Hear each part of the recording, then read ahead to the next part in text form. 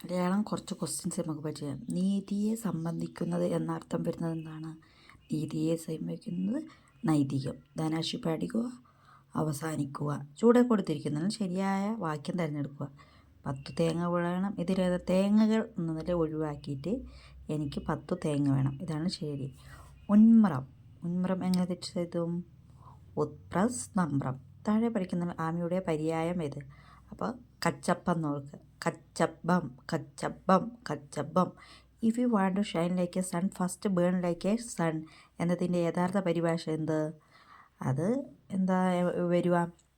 നിങ്ങൾ സൂര്യനാകാൻ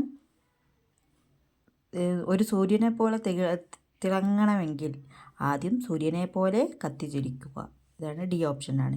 താഴെ കൊടുത്തിരുന്ന ബഹുവചനത്തെ സൂചിപ്പിക്കുന്ന പദം ഏത്? അധ്യാപകർ, കവികൾ, സ്വാമികൾ, ശിഷ്യന്മാർ. ഇതിലായിരിക്കും സ്വാമികളായിരിക്കും. സൂചിപ്പിക്കാത്ത പദമാണ്. അവരജൻ, അഗ്രജൻ. ചുവടെ കൊടുക്കുന്നതിൽ ശരിയായ പദം നമ്മൾ ഉദ്ഗ്രഥന വയ്ക്കുക. അപ്പോൾ ഗ്രന്ഥത്തിന് ഓർക്കുക.